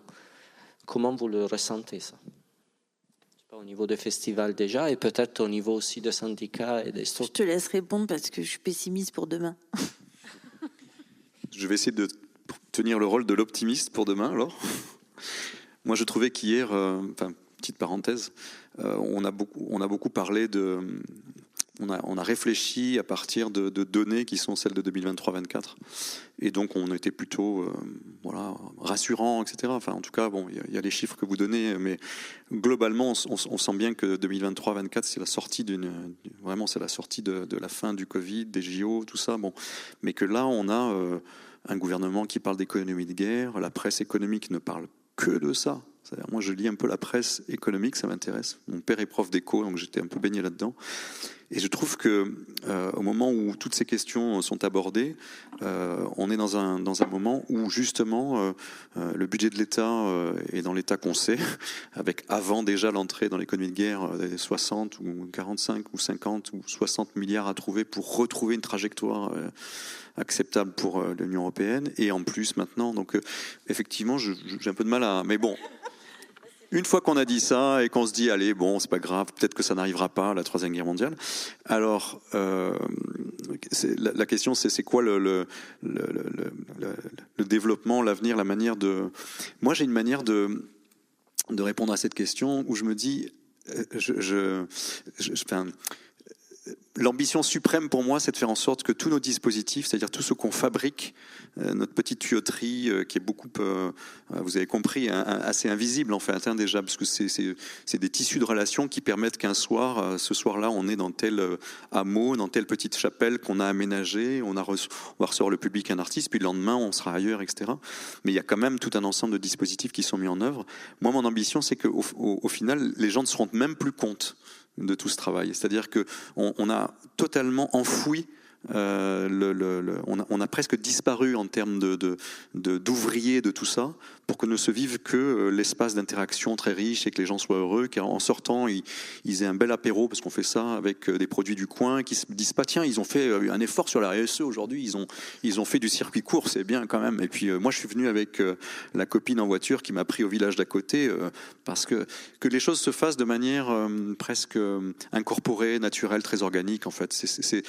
Moi, je travaille à ça, je travaille à faire en sorte qu'au bout d'un moment, ça devienne la culture une condition de l'existence et pas une activité culturelle. Je reprends les mots de Patrice Meyerbeer, qui est donc ce grand philosophe qui a été à l'écriture de la déclaration de Fribourg des droits culturels, qui disait que lui travaillait non pas à mettre l'artiste au centre de la société, mais à réélever toutes les arts de faire, tous les autres arts de faire à ce niveau de légitimité qu'on donne aux artistes, c'est-à-dire finalement de réincorporer un secteur qui se vit comme un secteur d'activité dans une société en fait. Et ça, je trouve que il y a encore 1000 choses à faire. On aurait pu parler de la gouvernance, de la place des bénévoles dans le projet. C'est-à-dire qu'est-ce qu'ils apportent, quelle est leur part, quelle est leur contribution. Enfin, on peut décliner beaucoup. Mais voilà, je dirais ça. Moi, j'espère qu'on continuera de pouvoir proposer des choses en ayant le minimum de moyens financiers pour le faire. Ceci n'étant qu'une des conditions nécessaires, mais non pas suffisantes, pour qu'il se passe quelque chose.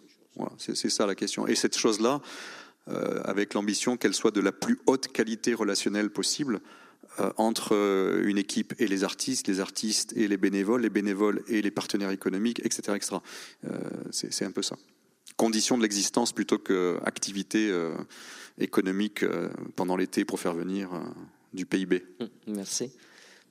Je ne sais pas si tu veux abonder ou pas. Moi, je ne vais pas parler trop. Ce vent d'optimisme. Ouais. Non, essayons d'être optimistes. Je nous souhaite que, malgré effectivement ce contexte économique difficile, il y ait toujours cette foison de propositions artistiques. C'est-à-dire, je pense beaucoup aux compagnies, aux artistes, et combien seront-ils encore l'année prochaine ? Et du coup... qu'est-ce qu'on pourra proposer autre que... moi, je ne fais pas de la programmation, mais autre que ce qu'on fait nous aussi déjà, c'est-à-dire les grandes tournées américaines, et où on est en concurrence directe maintenant avec toutes les arénas qui se sont construites. On en a 3 à Lyon, enfin voilà.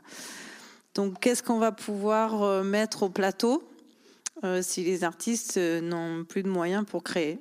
Voilà. J'espère que ça va évoluer. Merci. Franco, je ne sais pas. Bon, j'ai lu une chose dans Le Pont qui est écrit pas aller au théâtre, une chose comme ça. Pas aller au théâtre, c'est comme faire la toilette sans miroir. Je crois que c'est Schopenhauer. Oui, dans le domaine. Il faut qu'on continue à être le miroir de la société. C'est tout. Merci. Au niveau des syndicats, je ne sais pas comment vous voyez aussi, parce que je rebondis complètement sur ce que tu viens de dire. Je souscris complètement. Qu'est-ce qu'on pourra encore voir ces prochaines années avec toutes les coupes budgétaires qui sont à l'œuvre ? J'espère qu'il y aura encore beaucoup de formes émergentes et qu'on aura encore les moyens financiers de pouvoir développer tout ça aussi. Et après, il y a aussi le contexte politique qui est très inquiétant. On est confronté, les adhérents sont de plus en plus confrontés en fait à des réactions vives de l'extrême droite lors de programmation, et ça nous inquiète au premier chef dans nos travaux au SMA. On a des échéances électorales en 2026, en 2027. Est-ce qu'on va encore pouvoir montrer toute la diversité artistique ces prochaines années ? C'est aussi une question forte. Et puis il y a aussi la question... Ouais, alors moi ça ne le sera pas, alors que je suis vraiment une optimiste chevronnée. Mais et il y a aussi la question, on le voit encore là par exemple cette année avec l'arrivée encore de nouveaux festivals sur le territoire qui vraiment se joue de tout ce dont on parle là aussi aujourd'hui, les questions de qualité d'accueil, de circuits courts, d'émergence, avec ce groupe espagnol Fever qui arrive en posant 2 festivals, notamment à Lyon et un à Bordeaux. On n'est vraiment pas du tout sur des questions de comment faire mieux et comment prendre en compte l'environnement et le public et l'émergence, et comment est-ce que tout ce qu'on essaye de défendre va pouvoir continuer à exister alors qu'on subit des coupes budgétaires et qu'au niveau politique, on voit que le champ de vision a vraiment tendance à se refermer. Moi, je suis relativement pessimiste en fait sur l'avenir. Je pense que tant qu'on n'aura pas touché le fond, on va continuer à descendre, et puis qu'à un moment, on sera tout en bas et on va taper du pied, quoi. Mais je pense qu'on en a pour quelques années. Écoutez, je ne sais pas, au niveau du semaine, avant de passer la parole aussi à la salle. Non, mais pour essayer de mettre une note positive dans tout ça. Je ne sais pas ce que sera le format des festivals de demain. En tout cas, il y a quelque chose sur lequel qu'on peut constater aujourd'hui, c'est que il y a beaucoup plus de festivaliers aujourd'hui en France. Les chiffres de fréquentation sont bons et on n'a jamais eu autant de festivals en France. Alors, qu'ils sont-ils ? Est-ce que c'est une bonne chose ? C'est une question, mais en tout cas, le public est là. Et il y a un public qui veut aller en festival. Donc c'est quand même une note positive de se raccrocher à ça. Et bon, sur le politique, je ne me prononcerai Merci. pas. Merci. Est-ce que vous avez des questions au niveau de la salle? On a un micro qui est disponible. Voilà. Deux.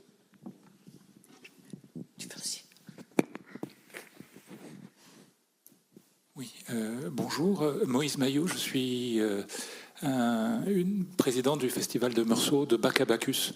Et je voudrais revenir sur une intervention qui a été faite sur les petits festivals où on se sent pas du tout... Enfin, c'est un festival sans salariés, avec un président qui n'a pas 80 mais 70 ans, et qui n'est fait que de bénévoles.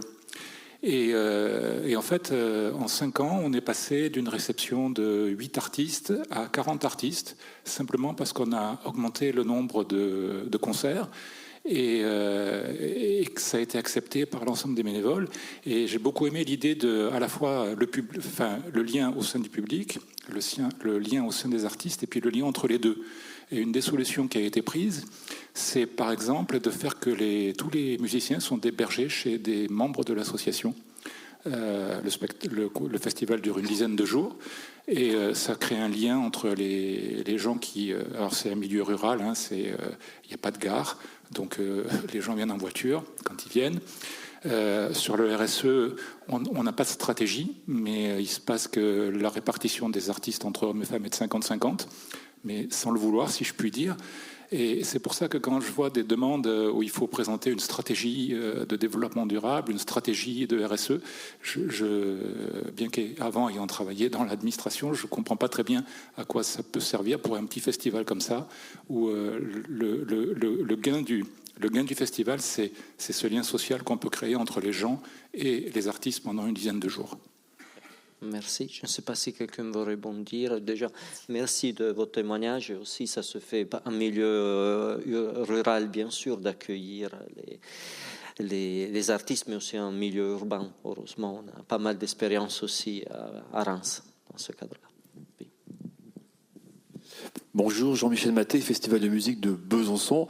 Je voudrais revenir sur le sujet de cette table ronde, concilier son cœur de métier et les responsabilités RSE. Avec tout ce que j'ai entendu hier et aujourd'hui, et depuis des mois et des années, je vois à peu près le chemin, les indicateurs, les aides, les incitations, notamment sur le côté social, sur progresser sur la parité, sur la lutte contre les VHS, etc. Sur le côté vraiment environnemental, au-delà des petites mesures, on va dire, sur ce qui est le cœur de ce qui est négatif dans nos bilans carbone, si on l'a fait, ou dans ce qu'on voit, c'est finalement concilier ce que c'est pas renoncer. J'ai pas entendu ce nom-là de renoncement. Je me dis, par exemple, j'étais avant au festival de la Chaise-Dieu, qui est un festival qui a 2 heures de toute gare, qui est un gros festival, et donc tout le monde prend la voiture et il n'y a pas de gare, etc. Est-ce que son avenir, c'est quoi? C'est renoncer, faire moins de concerts? Et moi, par exemple, à Besançon, on est sur un festival d'orchestres symphoniques internationaux. Alors évidemment, l'impact est fort, donc évidemment, il y a je prends plus d'orchestres qui prennent l'avion, mais au fur et à mesure, est-ce que je suis prêt à ce que mon festival soit plus qu'un festival avec des orchestres qui viennent de 100 km à la ronde? Donc voilà, c'est question de concilier ce que sur le côté environnemental impact, je ne vais même pas parler du public, est-ce que c'est pas finalement renoncer, est-ce que c'est pas le plus difficile? Et là, voilà, est-ce que c'est des choix, est-ce que c'est des choses qui vous interpellent? Oui, vas-y. En tant que collègue de festival, c'est ça aussi? Oui, faire des choix, c'est renoncer déjà. Voilà. Après, on n'est plus quand même dans une époque de fast ultime. Je crois qu'on s'en rend tous compte. Donc, il faut renoncer à certaines choses. Après, on ne peut pas renoncer à son identité. Ou alors, on ferme, on fait autre chose. Donc, il faut pouvoir aussi assumer ses choix artistiques. Alors, je me rappelle, je crois, il y a quelques mois, un festival à Marseille qui a déprogrammé un artiste parce qu'il faisait un aller-retour en avion dans la même journée parce qu'il jouait sur 2 festivals. bon, ça me paraît raisonnable de lui dire non. Voilà, on pourrait peut-être en trouver un autre. Voilà, effectivement, nous aussi, on accueille des groupes qui prennent l'avion, des groupes étrangers, beaucoup. Après, ça s'est toujours passé comme ça. Les tournées, pourquoi il y a les mêmes artistes sur les festivals? C'est parce qu'on essaye de coordonner aussi les tournées, que c'est du sens. Enfin, je veux dire que les gens fassent pas Munich, Barcelone, Paris. Enfin, voilà, avec les maisons de production, les boîtes du spectacle vivant privé, on travaille aussi, enfin, que ce soit un petit peu cohérent. Mais je vois pas comment on pourrait nous imposer d'être autre chose que ce qu'on est, quoi. Et ce qu'on a envie de faire. C'est pour ça qu'on parlait aussi quelle est la finalité finalement du festival et l'ambition, parce que ça aussi, il faut maintenir le but qui est la diversité culturelle, ça aussi, et une vitalité bien sûr dans les territoires. Après, à voir comment on peut faire avec des compromis, des tournées. Mais oui, nous on a mis des assiettes qui se mangent, si tu veux, pour le public. Donc on a gardé notre programmation, mais tu peux manger ton assiette. Je te le déconseille, mais c'est possible. Merci. Est-ce qu'il y a d'autres questions dans la salle?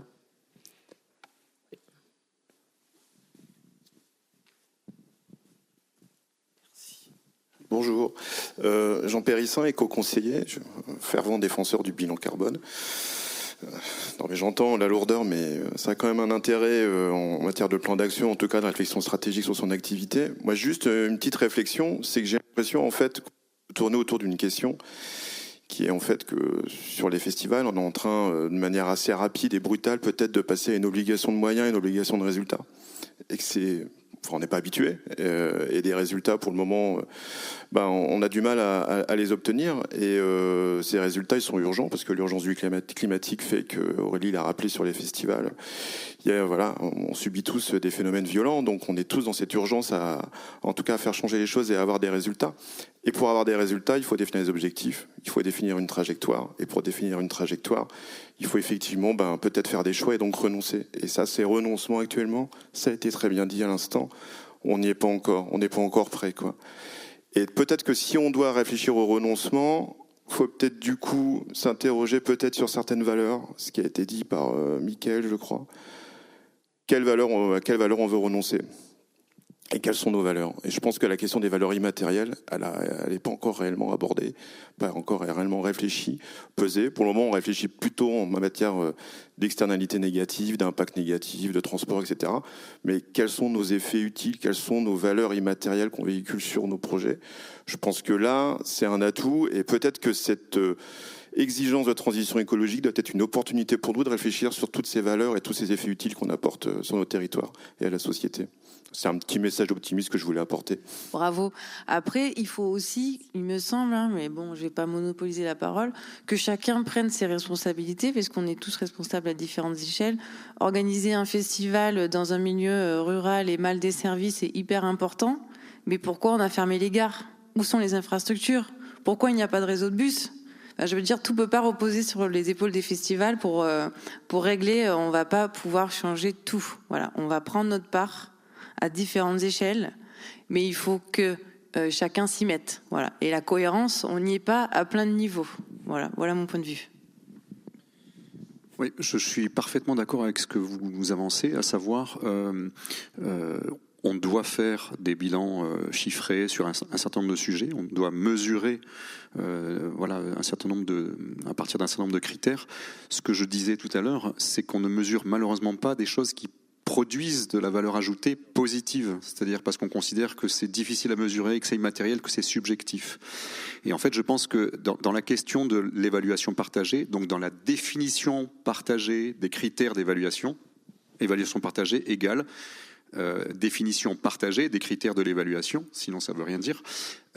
C'est le seul moyen pour arriver à mesurer justement le bénéfice positif d'un événement dans son biotope, au sens dans la qualité des interactions générées. Et ça, c'est pas du chiffre. Donc en fait, faisons des bilans carbone, pas de problème, ça permet de mesurer des trajectoires. Donnons-nous des objectifs chiffrés sur des choses très simples à quantifier. Le nombre de femmes au plateau, au lead, c'est ce que tu rappelais Clémence, et d'autres critères.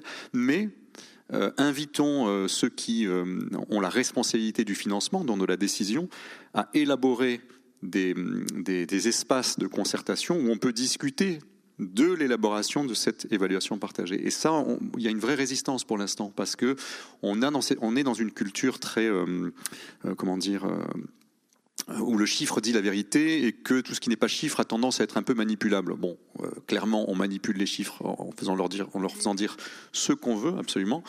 Et parfois, le croisement des narratifs, le croisement des subjectivités apporte un relief à ce qu'on essaye d'appréhender. Voilà. Donc c'est la combinaison de ces deux, c'est sûrement pas l'opposition du chiffre contre le récit. Et ça, il y a vraiment une vraie résistance. Moi, je me souviens d'avoir présenté à l'ensemble des conseillers DRAC création les premières étapes de travail de l'évaluation partagée selon les directions les orientations du contrat de résonance. Il y avait un tiers de la salle qui était intéressé, un tiers un peu ennuyé et un tiers franchement hostile. Donc ça veut dire que je pointe pas là ce que je veux dire par là, c'est que c'est quelque chose qui demande un renversement de la perspective, ou en tout cas l'incorporation du fait que on a besoin d'autre chose que le chiffre pour dire la vérité. Voilà. Je rappelle d'une formule, j'avais un ami metteur en scène qui disait il y a des choses qui se comptent et il y a des choses qui se racontent. Et je pense qu'on a besoin d'avoir ces choses qui se racontent à côté des choses qui se comptent. Merci. Guillaume, je ne sais pas si tu voulais. Juste un mot sur ce que vous avez dit sur chacun doit prendre ses responsabilités. Je pense que c'est très important. Et c'est très juste. Je reviens sur ce que j'évoquais tout à l'heure, le travail qui a été mené en concertation sociale dans le cadre du CNPS. On a fait intervenir notamment l'ADEME, qui a une expertise et qui a présenté ses scénarios, et qui a dit très rapidement, voilà, vous, le secteur du spectacle vivant et enregistré, vous devez faire votre part. Pas plus, mais pas moins. Le secteur de la culture a son rôle à jouer. C'est pas le plus émetteur de gaz à effet de serre, mais il a son rôle à jouer. Et au sein du secteur, chacun a sa responsabilité. Il faut en effet pas que tout repose sur les producteurs, sur les professionnels. C'est pas du tout la position de la DGCA là-dessus. Et lorsqu'on pourra communiquer sur ce rapport qui a été fait, vous verrez que une partie fonctionne comme une adresse des partenaires sociaux, des membres du groupe, au pouvoir public, quel qu'il soit. Il y a des choses qui relèvent du ministère de la Culture, il y a des choses qui relèvent d'autres ministères, de la planification, de l'offre de transport, des différentes autorités en la matière. Et ça a été évoqué hier dans d'autres tables rondes. C'est toute la difficulté, mais c'est bien tout l'enjeu. Merci vraiment pour ces échanges, avec aussi ce regard en effet de voir si on arrivera à voir quelque chose, peut-être plus de valeur ajoutée. On a encore une question? Alors, pardon, c'est pas une question. Véronique Evano, Direction Générale de la Création Artistique. Je voudrais juste faire un tout petit point de précision sur... Michael a évoqué les contrats de résonance, qui est effectivement une expérimentation qui a été portée sur... quelques structures dont Chaillol, effectivement, pour effectivement essayer d'imaginer une autre manière d'évaluer l'impact d'un projet sur son territoire, environnement, population. Je voudrais vraiment qu'on soit clair, il n'y a pas d'opposition entre les chiffres et entre peut-être une mesure plus sensible de l'empreinte sociale d'un projet. Et donc c'est bien pour ça qu'il y a ce type d'expérimentation, pour arriver à trouver des méthodologies qui conviennent à tout le monde, mais ne pas perdre de vue totalement non plus que ce qu'on vous demande, les indicateurs et autres, c'est pas fait pour vous ennuyer, c'est aussi fait pour négocier, fait pour négocier des budgets. Alors, vous savez que c'est un exercice qu'on doit faire annuellement, et si on arrive à maintenir des budgets, en l'occurrence en relative reconduction, ce qui n'était pas tout à fait gagné pour 2024, on se battra les suivantes, on a besoin de ça aussi. Et dire aussi que ce qui peut vous apparaître comme étant morcelé, on l'entend, et je pense que l'appel à plus de cohérence que vous faites à l'administration, il est évidemment reçu. Mais c'est parce qu'aussi on avance par strates, mais on voit aussi à quel point avoir une démarche engagée sur la parité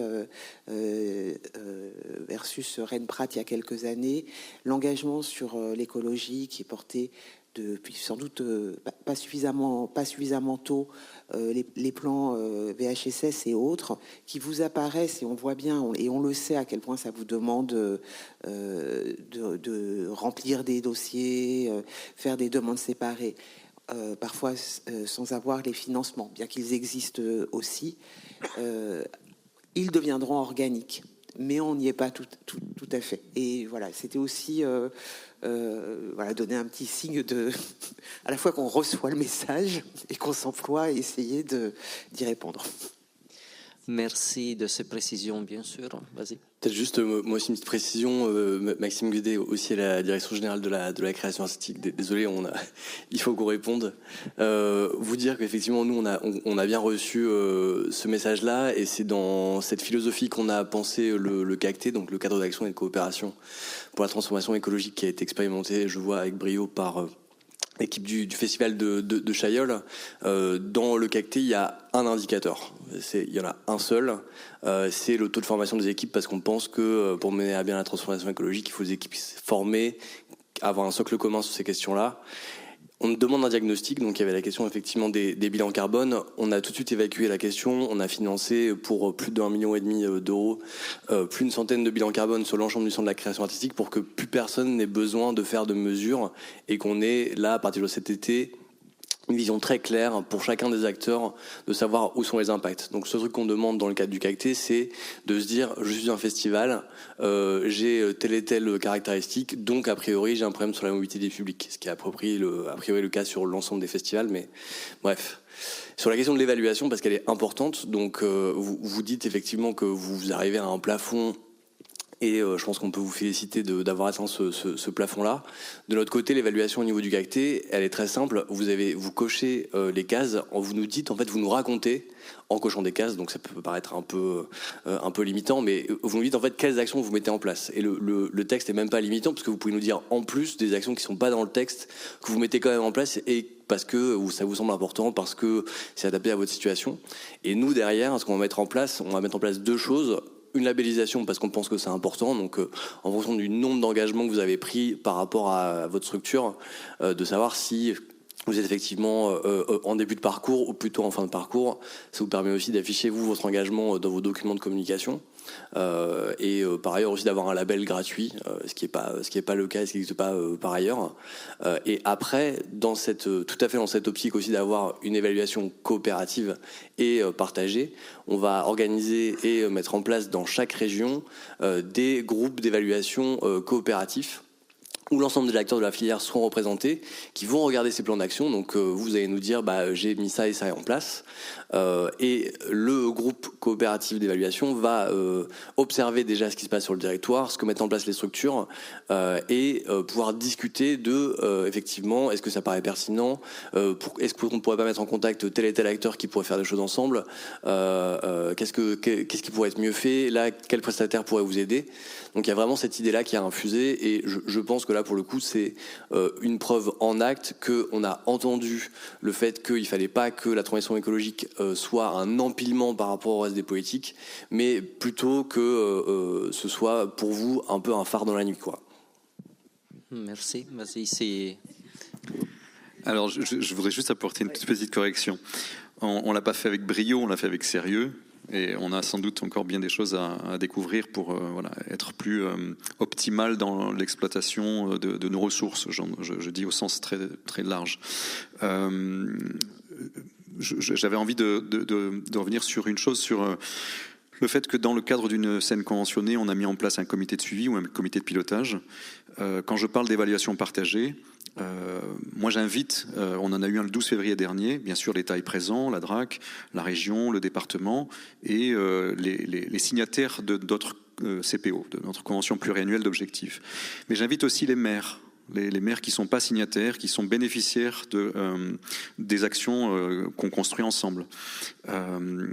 c'est un premier pas pour moi d'essayer d'avoir un espace d'évaluation et de discussion, en tout cas, qui inclut les parties prenantes. Mais si je suis cette logique-là, j'aimerais bien inviter 1 ou 2 artistes, j'aimerais bien inviter 2 ou 3 personnes du champ médico-social avec lesquelles on travaille, 2 ou 3 bénévoles, 2 ou 3 spectateurs touristes, 2 ou 3 spectateurs non touristes, des gens qui habitent là. Ce que je veux dire par là, c'est que l'évaluation partagée, c'est des choses très incarnées, en fait. C'est simplement permettre aux gens d'expliciter ce qu'ils ont vécu et de faire comprendre. Et c'était très clair quand le directeur de la région qui était présent à ce comité de suivi, qui connaît très bien le projet, qui connaît la valeur du projet dans ce territoire, etc. Il n'y avait pas c'est pas un comité de pilotage de crise. Enfin voilà, c'était pas voilà. Nous on a pris le parti on avait 3 heures d'exercice. On a travaillé avec l'équipe pour que chaque partie de l'équipe, on est 6, me présente un aspect du projet, et on a dit il faut que ça tienne en 40 minutes. Alors l'équipe m'a dit mais qu'est-ce qu'on va faire le reste du temps ? Le reste du temps, on va laisser les maires s'exprimer, on va laisser les discussions s'élaborer à partir de ce qui aurait été présenté. Ce que je trouve extraordinaire, c'est la réaction donc d'Igor Boyko, le directeur de la culture de la région Sud, qui encore une fois, qui connaît très très bien le projet, dont j'ai vu dans les yeux, il me l'a dit en sortant, il m'a dit mais c'est quand même incroyable l'adhésion des maires, ce qu'ils sont capables de dire de qu'est-ce que c'est qu'une résidence de création qu'ils ont accueillie, qu'est-ce que c'est qu'un artiste en résidence, qu'est-ce que c'est, etc. Et ça, pour moi, c'est le bénéfice de faire avancer un territoire dans sa compréhension et dans son incorporation de ce qu'on essaye de faire avec les artistes. C'est-à-dire, encore une fois, d'incorporer les enjeux artistiques dans le vif du tissu vivant, je ne sais pas comment dire ça autrement, d'un territoire. Et que les maires d'il y a 20 ans qui me disaient non mais c'est quoi là, la création, tu comprends, c'est quand même, pourquoi c'est nous cette année, tu veux pas refiler ta création aux maires d'à côté? Je dis non mais 20 ans plus tard, c'est quoi là cette année le projet? Il y a des artistes qui viennent en résidence. Moi j'ai un appartement qui a été rénové, est-ce que je peux le mettre à disposition? Enfin, les maires eux-mêmes deviennent partie prenante, mais c'est pas, comment dire, c'est pas un résultat qui est né d'une injonction, d'une contrainte externe. C'est le fait d'avoir progressivement infusé des pratiques, des valeurs et aussi avec une exigence de relations de haut niveau, c'est-à-dire vraiment quels sont les apports des uns et des autres. Et petit à petit, du coup, on crée les conditions de ce que moi j'espère pouvoir voir avant que j'arrête de faire ce métier, c'est-à-dire une vraie définition du projet partagé et la définition de critères qui nous permettront, avec ceux du ministère, parce que je suis entièrement d'accord, c'est pas pour opposer les critères du ministère à ceux qu'on pourrait trouver nous sur le terrain, c'est pour les articuler, voir cette évaluation à la fois très précise et très, très incarnée. Mais ça prend du temps. Merci vraiment aussi pour ce dernier point où on va peut-être pour le futur aussi, on a vu que les attitudes ont pris forme. Dans ce temps-là, il faut espérer peut-être que les résonances aussi prennent forme. Écoutez, merci vraiment pour tout, de votre écoute et de ces échanges très, très profonds aussi. On a agi aussi dans la profondité, je crois. Merci.